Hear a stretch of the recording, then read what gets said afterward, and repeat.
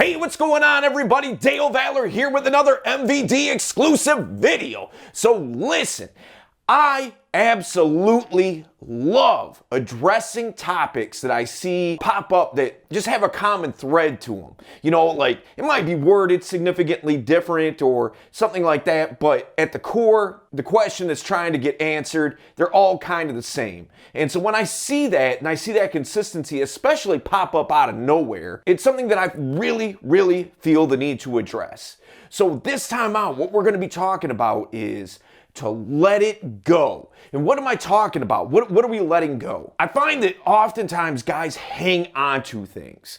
And it's probably people across the board. It's probably not just men. You know, it's probably everybody to an extent. But people go through things. People experience things. Whether it's in dating, whether it's in their career, whether it's a hobby, the list goes on and on and on.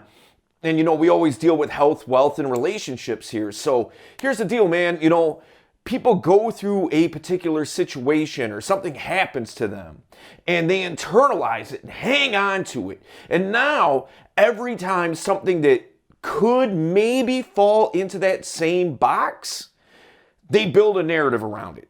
And they force it into that box, whether it belongs there or not. And they just carry it around with them, man. And so what I wanted to get into is how to release, how to let those things go that are just weighing you down. All right, we're going to get into it right now. Let's go. Number one, full intent. Okay, so imagine this.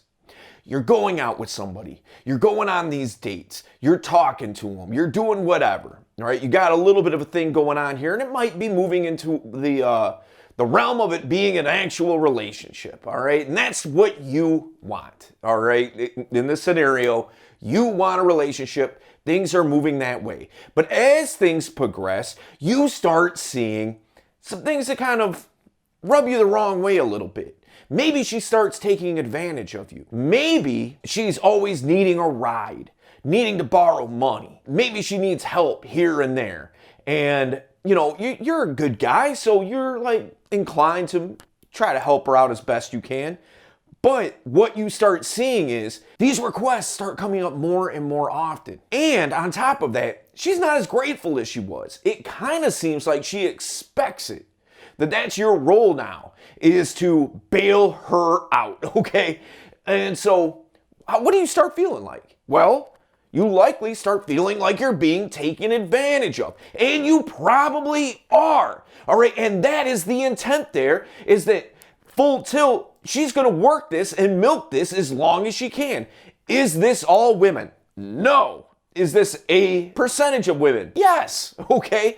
And so the thing is that what a lot of guys do is when they start feeling like that they've been taken advantage of, or they're not taken seriously, or it just seems like that they're an ATM machine, or she really strongly prefers to go out on big, expensive dates, okay? When you start seeing those types of things, what guys tend to do is hang on to it.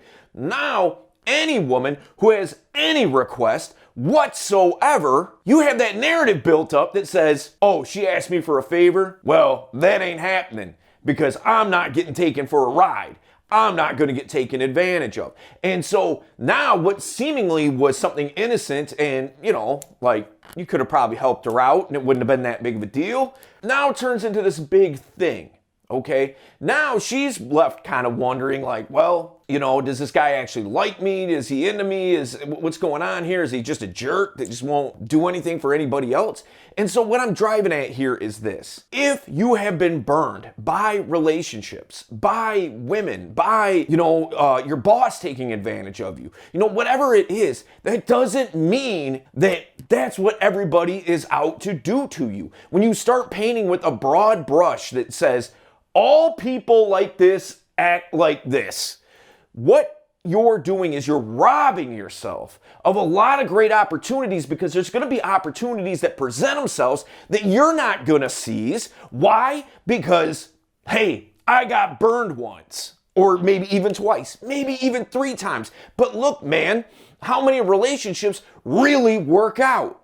You know, if you're lucky and you want to have a long-term monogamous relationship, You find the one, you get married, and that's, end of story, okay? But how many relationships did you have previous to that? How many women did you interact with that it didn't work out? Does that mean that no woman will work out with you ever? Because they're all out for self. They're all trying to do this. They're all gonna cheat on you. They're all gonna rob you in your sleep. They're all gonna give you an STD. I don't know. Whatever it is that you think, it's not the case, man. You just have to learn to screen better, all right? So that's the deal. We're gonna hop into number 2. Let's get it. Number 2, accidents. Man, accidents happen, okay? Life isn't perfect. Life isn't fair. Things happen, okay? It's just how it goes, man. Sometimes you're up, sometimes you're down, sometimes you're usually somewhere in the middle, okay? Just the nature of everything, ups and downs, right? Now, what a lot of guys tend to do, though, is when an accident happens, in particularly if they're hanging on to a lot of baggage, they try to find justification for that accident. Well, you've built a narrative, and something has to fit that narrative. What I mean by accidents is she infringed on a boundary that you have that maybe she didn't know, maybe you didn't communicate it, maybe you did, but she didn't understand it well, whatever, okay?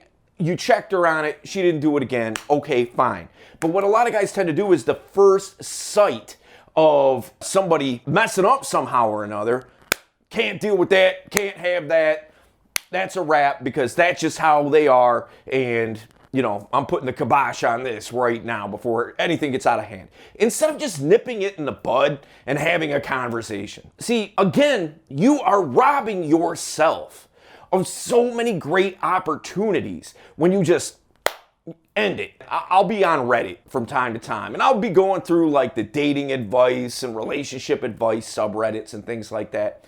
And it's like every answer to every question is break up. You're incompatible. Break up. It'd be like, I like peanut butter. My girlfriend likes jelly. What should we do? Break up. Like, come on, man. Not every single thing requires you to just stop talking to her, okay? Some things do merit that. But if it's an accident, I get it. Sometimes things stick with you. I'll give you a case in point. One time I was in a car accident. All right, it wasn't that bad, but I got a concussion. For like the next few weeks, I was ultra cautious of my driving for like the next month. Okay, like hypersensitive, not turning on the radio, making sure I was not distracted by anything. Okay, and that was because all I could think about when I was driving was getting hit. All right, getting hit could be worse. The next time I get hit, instead of a concussion, maybe I got a broken neck, so it just stuck with me for a while. And I think that's normal, man. And so like if an accident happens, yeah, it's good to be a little sensitive to it, to watch out for it, but don't get out of hand with it. Don't take it to the extreme, and any little thing that the girl you're talking to or a coworker or at the gym or something like that, any little thing that pops up that even remotely looks like it could be in the direction of you being taken advantage of or whatever else, that doesn't mean you have to hammer it down. Keep an eye on it. See if that's legit. See if it starts working more in that direction, then nip it in the bud, have a conversation. And look, if the people aren't with it, like, hey, look, that's a boundary of mine. I would prefer it if you didn't do that. Please don't do it again. And then if you're like, screw you, pal, I'm doing it anyway.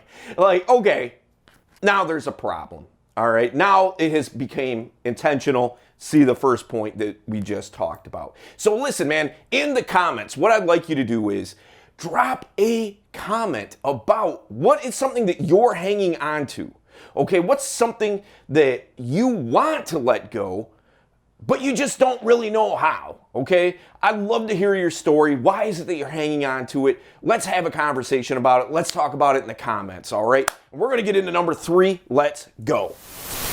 Number 3, you're at fault, okay? Now listen, I know that sounds funny to feel like you're hanging on to something because you're at fault when you could just kind of fix it or take care of it or whatever. Of all these topics, this is the one that really resonates with me the most because look, man, I've done things in my life that I am not proud of, okay? And I think everybody to some degree has that going on, okay? And so what I did for a while was I let something that I did where I really wronged somebody, okay? And it was 100% on my shoulders, okay? It wasn't anything that she did. It was 100% on me. And, you know, the thing was, is I felt bad. You know, I felt remorseful. I felt guilty because I was. And, you know, I'm keeping it 1 trillion with you right now, all right? I carried that for quite some time. Even when interacting with other women and stuff like that was just hypersensitive. It was almost like a pendulum type of thing.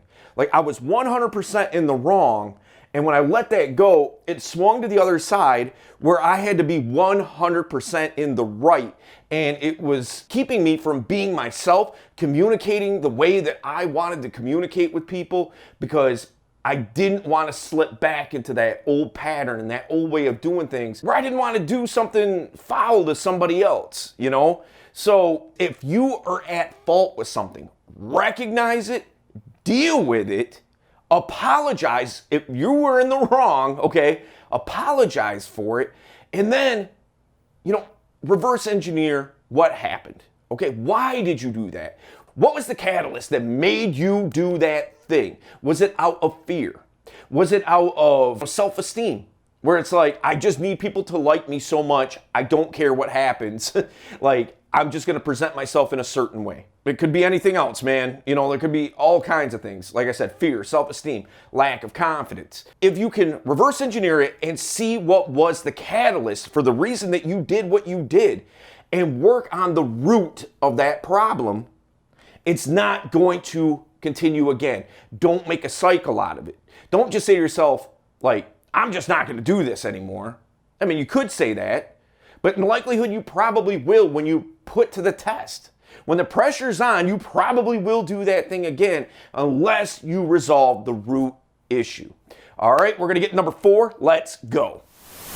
Hey guys, wanted to take this quick time out just to remind you, if you haven't subscribed to the channel, make sure you do so now. Don't miss out on any of the quality content that we're putting out there that can potentially change your life. All right, hit that notification bell. You guys know the deal. A thumbs up. Also, the last Saturday in October, we're going to be doing our live Zoom event on building comfort and rapport. Why is that important? Man, look, if a girl cannot get comfortable with you, it is going to be significantly harder to make anything happen. You know, any kind of connection that you're trying to build. So that's why it's so important. That's why we're going to talk about it.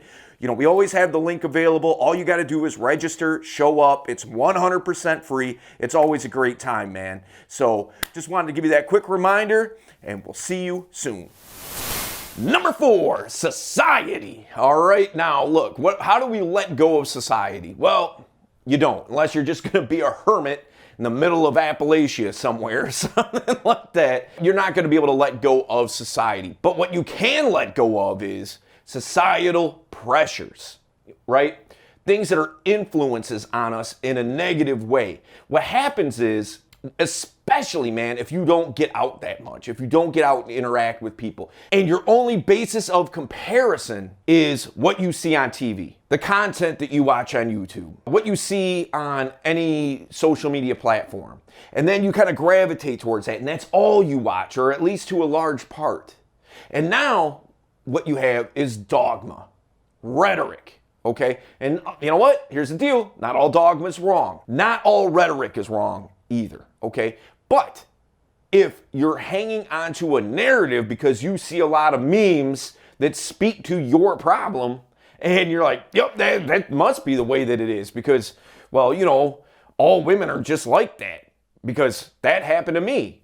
Okay, look, man, just because something happened to you doesn't mean that it's going to consistently happen to you. And if it does, who's the common denominator? Now, I'm not saying if you got cheated on that it's your fault. But what I will say is, why are you being cheated on? Like if every relationship that you've been in, you keep getting cheated on, what's the problem? Because that's not something that happens to most people, okay? If you're always dealing with people that are always trying to take advantage of you, what's the problem? why are you setting yourself up to look like a mark to people? Okay? That they feel like that they can just treat you however or take advantage of you. So that's what I'm driving at, man, is even though something might happen to you that's not really your fault, is there anything that you could have done to prevent that from happening? A classic argument for that is, who's at fault if I go and drive my car to the projects and I leave my car running and go hang out with one of my buddies or something like that, and I just got my car running in a place that cars get stolen all the time, keys are in the ignition, engine is running, doors are unlocked. Who's at fault? Well, ultimately, the person who stole the car is at fault.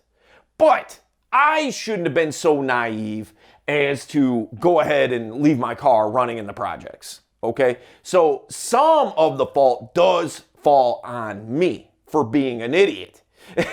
Okay? So if you constantly let yourself get influenced by one type of voice, one type of content, and it just drives your narrative, man, I would argue that you really need to look at things from a different perspective, okay? Try things a little bit differently and not be a victim, okay? All right, so we talked about a lot of stuff in this video, but one of the things that we talked about earlier was screening, okay? When we were talking about when somebody has full intent on doing something to you, there's probably some things that you could do to screen. And we kind of ended it out like that too. Like, why are these things happening to you all the time?